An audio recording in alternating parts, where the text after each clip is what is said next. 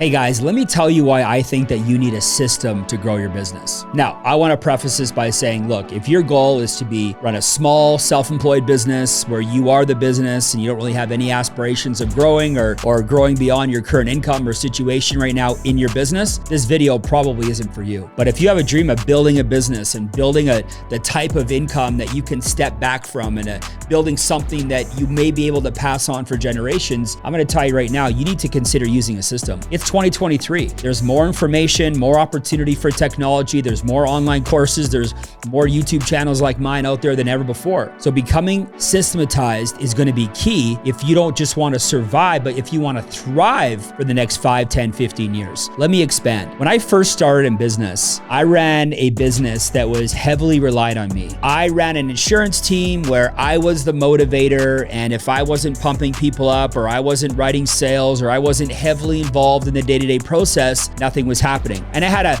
moderate level success. You know, I got a lot of awards. I made decent income. If you consider, a couple $100,000 a year is decent income, right? Not anymore, it's not. But back then it was okay. And I got to a certain point, but then in 2009, I got really sick and I ended up in the hospital for almost the entire year.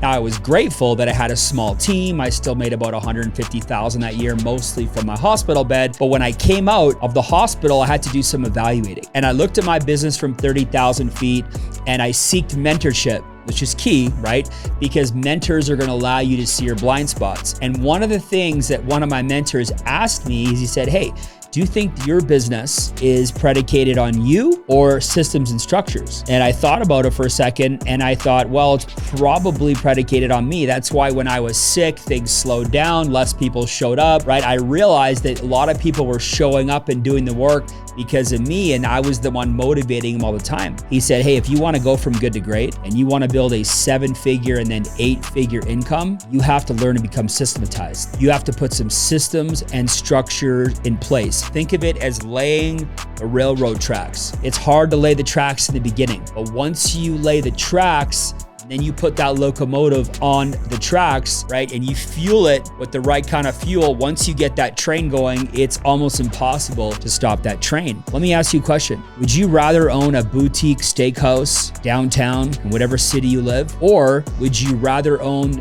the McDonald's franchising rights? See, a boutique steakhouse that you're running is heavily reliant on you. And a lot of business owners that own a restaurant, family-run restaurant, you'll see them, they're working there all the time. Their wife, the husband, the kids are working there. They're working 7 days a week because they are the restaurant. Or would you rather run a system like McDonald's where you can duplicate at the speed of the franchise? I guess it depends on what kind of life you want to live. Let me tell you why I think that being systematized is going to be the key for you to take your business to the next level. Number one, because personality-driven businesses hit a lid. You can only run your business so big. You can only get your business so big based on your personality. You can only motivate people so much. You can only rah-rah people so much until you get to a point where you don't have any more capacity. You can't possibly work more hours. You can't possibly do more meetings, right? A lot of businesses, they are the business. You are your business. And if you're not selling a home or you're not selling a mortgage or you're not writing a policy,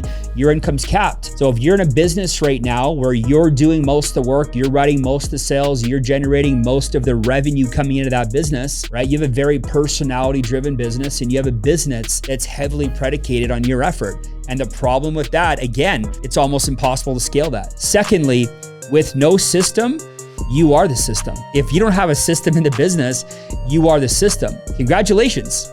You've created yourself a job. Something were to happen to you, that business is gone. You can't duplicate it. You're the only one that knows the tricks of the trade. That's not going to work out.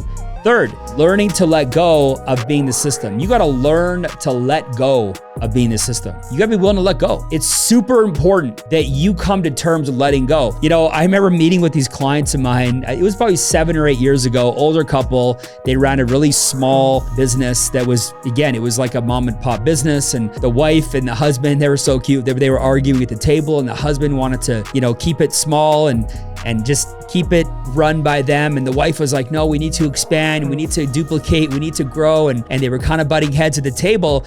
And he was having having a hard time letting go of the fact that he was the system. He'd been doing it his whole life. His dad was doing it before him, and he was really resistant to change. And I think if you're not willing to let go of being the system, right, and letting your ego go, right, and letting go of this thought that if it's going to be done right, it's going to be done by me. If you aren't willing to let go of that, you're going to have a really hard time running a system, because part of running a system is going to be delegating and entrusting other people to run the system, right? Spending time and having faith that you can duplicate the system, the structure. Again, I said at the beginning, you have to lay the foundation, you have to create the railroad tracks, and then you have to accept the fact that you're going to have to let go. And lastly, the system creates infinite opportunity. Having a system creates infinite opportunity. Once you have a system, you can scale at the speed of desire. All you need to do now is apply more pressure in the beginning to push more in to the top of the funnel, and with the right system, you can build more on the back end. You can't push to the next level if you are the system. You can't duplicate something that you're not willing to let go of. But once you have that system and once you create that structure, you can now put yourself in a position where the sky's the limit. Anything's possible. You know, you go online, you hear these men and women talk about getting to 6 figures and then building a 7-figure business and then a 7-figure per month business. And you hear about people building, 9-figure companies. And there's people that are building courses. I just interviewed a gentleman. You probably have seen the podcast, or it's coming out soon. And he's got 4 different businesses that he runs that are paying him 7 figures because he has systems and structures in place. He only has 1 employee because he's so systematized. So again, if you want to grow and you want to build something special and you want to expand and ultimately you want to get free, you need to learn to run the system, and you have to allow the system to run your business. So I hope you guys got something out of that. I appreciate you being here today. We'll see you on the next one. Thanks, guys.